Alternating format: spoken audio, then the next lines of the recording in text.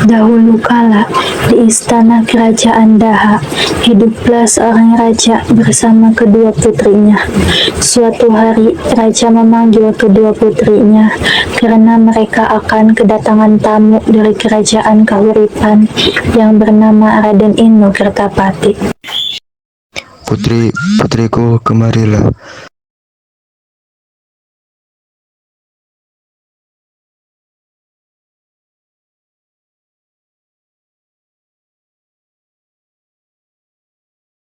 Lusa Raden Inu Kertapati dari kerajaan Kahuripan akan datang.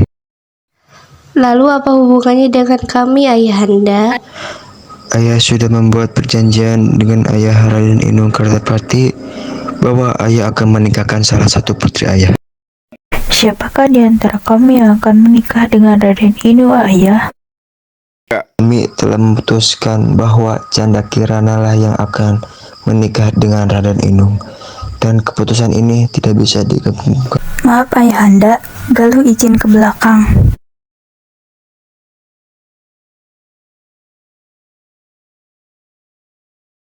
Terima kasih, Ayahanda. Kirana senang sekali. Sementara Dewi Galuh merasa iri dengan Kirana yang bernasib baik dan mujur akan menikah dengan Inu Kertapati. Niat jahat untuk mencelakai Kirana pun terbesit di pikirannya. Ia pun mendatangi sebuah gubuk milik penyihir.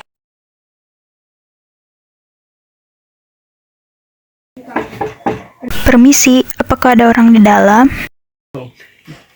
Apa yang kau butuhkan, gadis muda? Aku butuh bantuanmu, tolonglah aku. Kamu ingin aku melakukan apa? Aku ingin kamu mengubah Chandra Kirana menjadi suatu yang menjijikan. Pokoknya, aku ingin dia menderita. Baiklah, aku akan membantumu untuk mengubah Chandra Kirana agar dia tidak bisa bertunangan dan menikah dengan Raden Inu. Terima kasih, ini imbalanmu. Baiklah, aku akan segera mempersiapkan kutukannya. Kutunggu ya, terima kasih. Keesokan harinya, Chandra Kirana pergi ke pasar untuk membeli keperluan untuk menyambut kedatangan Raden Inu Kertapati besok. Sepulang dari pasar, Kirana melewati sebuah sungai. Di sungai tersebut, Kirana dihadang oleh seorang perempuan tua yang buruk rupa. Perempuan tua itu adalah nenek sihir yang diperintahkan oleh Galuh untuk menyingkirkan Chandra Kirana.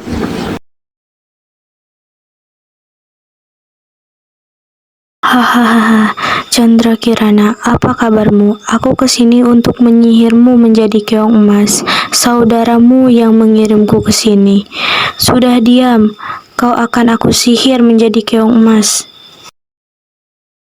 Chandra Kirana telah dikutuk menjadi keong emas dan dibuang ke sungai hingga terdampar di desa Dadapan. Suatu hari, nenek sedang mencari ikan dengan jala dan keong emas tersangkut di dalam jalanya tersebut. Keong emas itu lalu dibawanya pulang dan ditaruh di tempayan.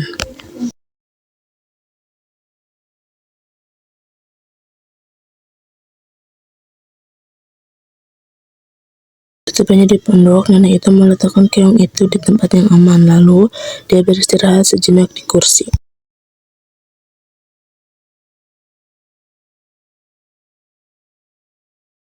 Sampai saat ini, aku belum mendapatkan ikan juga. Kalau tidak ada ikan, aku mau makan apa? Nenek itu kembali mencari ikan di sungai. Kemudian Kirana kembali ke wujud manusianya. Loh, kenapa aku bisa di sini? Oh iya, tadi seorang nenek yang membawaku ke sini. Kasihan sekali dia, untuk makan saja harus mencari ikan terlebih dahulu. Aku akan membuatkannya makanan. Hingga menjelang malam, nenek itu tidak mendapatkan seekor pun. Kemudian nenek tersebut memutuskan untuk pulang saja. Sesampai di rumah, ia sangat kaget karena di meja sudah tersedia masakan yang sangat enak. Si nenek bertanya-tanya pada dirinya sendiri, siapa yang mengirim masakan ini? Begitu pula hari-hari berikutnya, si nenek menjalani kejadian serupa. Keesokan paginya, nenek ingin mengintip apa yang terjadi pada saat dia pergi mencari ikan. Nenek itu lalu berpura-pura pergi ke sungai untuk mencari ikan seperti biasanya, lalu pergi ke belakang rumah untuk mengintipnya. Setelah beberapa saat, si nenek sangat terkejut karena keong emas yang berada di tempayan berubah wujud menjadi gadis cantik. Gadis tersebut memasak dan menyiapkan masakan tersebut di meja. Karena merasa penasaran, lalu nenek tersebut memberanikan diri untuk menegur putri cantik itu. Siapakah kamu, gadis muda? Aku adalah Chandra Kirana. Aku adalah putri kerajaan Dahai yang disihir menjadi keong emas oleh nenek penyihir utusan kakakku. Sementara itu, Raden Inokerpati tidak mau diam saja ketika tahu Chandra Kirana menghilang. Ia pun mencari dengan cara menyamar menjadi rakyat biasa. Nenek sihir pun akhirnya tahu dan mengubah dirinya menjadi gagak untuk mencelakakan Raden Inokertapati. Raden Inokertapati kaget sekali melihat burung gagak bisa berbicara dan mengetahui tujuannya. Ia menganggap burung gagak itu sakti dan menurutinya, padahal Raden Inu ini diberikan arah yang salah. Siapa kau? Tenang anak muda, aku akan menunjukkan arah ke desa Dadapan. Di sana kamu akan bertemu dengan Chandra Kirana. Dari mana kau tahu tujuan perjalananku? Memang sebenarnya kau siapa? Kau tidak perlu tahu aku siapa, ikuti saja petunjuk yang kuberikan. Baiklah, terima kasih atas pertolonganmu. Setelah berjalan cukup jauh mengikuti petunjuk arah dari burung gagak, Raden Inu tidak menemukan desa Dadapan. Di perjalanan, Raden Inu bertemu dengan seorang kakek yang sedang kelaparan.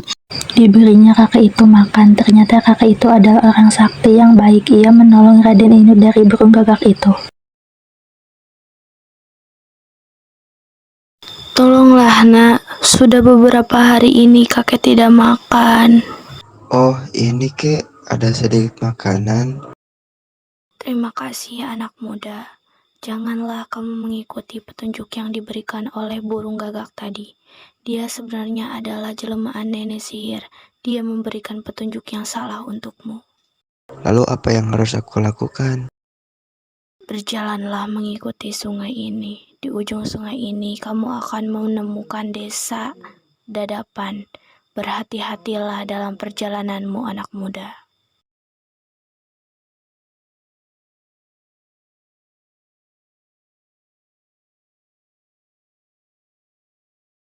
Setelah berjalan beberapa hari sampai Raden Inu di desa Dadapan, ia menghampiri sebuah gubuk yang dilihatnya untuk meminta seteguk air karena perbekalan sudah habis. Di gubuk itu ia sangat terkejut karena dia bertemu dengan Chandra Kirana. Akhirnya sihir dari nenek sihir pun hilang karena perjumpaan itu. Permisi, bukankah kau Chandra Kirana? Raden Inu, kenapa bisa ada di sini? Ceritanya panjang. Sudah berhari-hari aku mencarimu. Sekarang, ayo kita pulang. Ayahmu sudah menunggumu. Kirana, siapa dia? Oh, nenek, kenalin ini Raden Inu yang Kirana ceritakan waktu itu. Ia menyuruh Kirana pulang, tapi Kirana tidak tega meninggalkan nenek di sini. Tidak apa-apa Kirana, pulanglah, keluargamu pasti akan merindukanmu.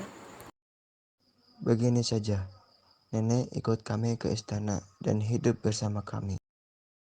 Baiklah, Akhirnya Raden Inu membawa Chandra Kirana beserta nenek yang baik hati tersebut ke istana. Dan Chandra Kirana menceritakan perbuatan Dewi Galuh kepada Raja. Raja minta maaf kepada Chandra Kirana dan sebaliknya Dewi Galuh lalu mendapatkan hukuman setimpal. Karena Dewi kebebasan takut, maka dia melarikan diri ke hutan. Pernikahan Chandra Kirana dengan Inokertapati pun berlangsung dan pesta tersebut sangat meriah. Akhirnya mereka hidup bahagia. Sekian dari kelompok kami. Terima kasih.